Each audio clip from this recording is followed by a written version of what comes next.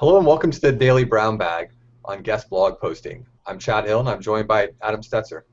Good morning, Chad.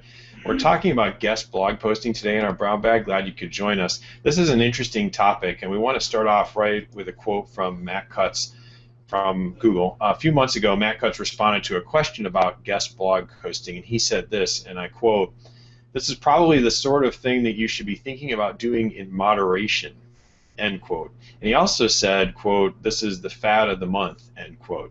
Now, I think the reason Matt and Google have been taking that position is that many people have been moving towards guest blog posting as a way to build links, and they're quite concerned that the content is not up to their quality standards or is unique.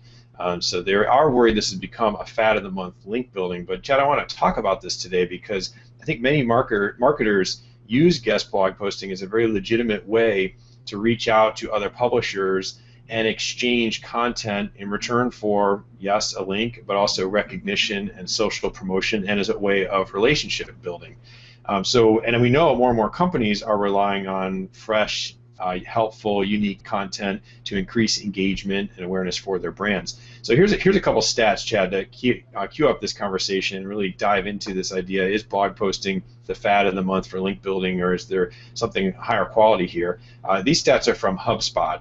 82% of marketers who blog every day acquire customers from their blog. 57% of marketers who blog monthly have also acquired a customer from their blog. Blogging takes up less than 10% of marketing staff time and under 7% of the total budget. 24% of marketers report that their blogs deliver a lower than average cost per lead.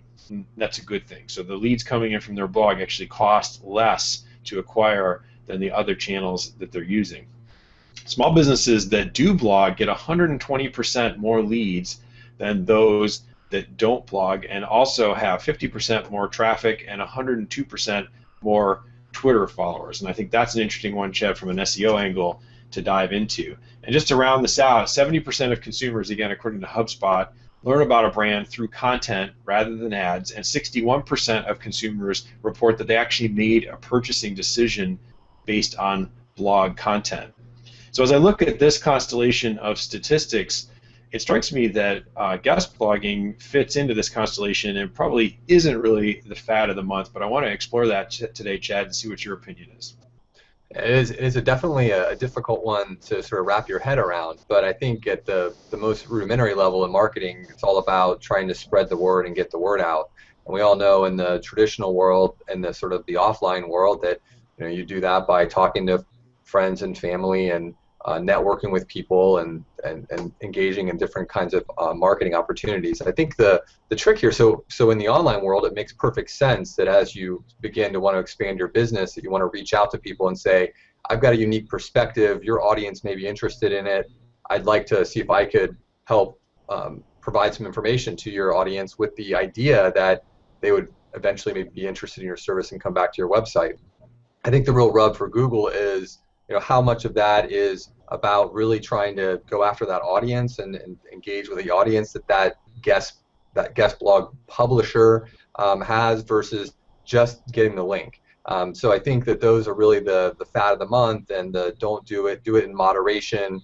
But at the end of the day, it comes back to really thinking about the end user value. So we have some tips today that would help you sort out the kind of stuff you should be doing from maybe the stuff you shouldn't be doing. So the first one is really trying to make sure that the content, the places your guest blog posting are relevant to your industry. So again, that's really thinking about who's the audience on that website, and are they interested? What keywords is that website maybe ranked for? What kind of traffic does that website get? Is it relevant to your business? So starting there, and then making sure that the content you actually write is meant to be read and is interesting and has research facts in it, and is something that if you read it and say, that's an interesting point of view. It doesn't necessarily have to be something that would get published in the New York Times, but enough content, enough of an angle that you're saying you would be able to read it and say, interesting point.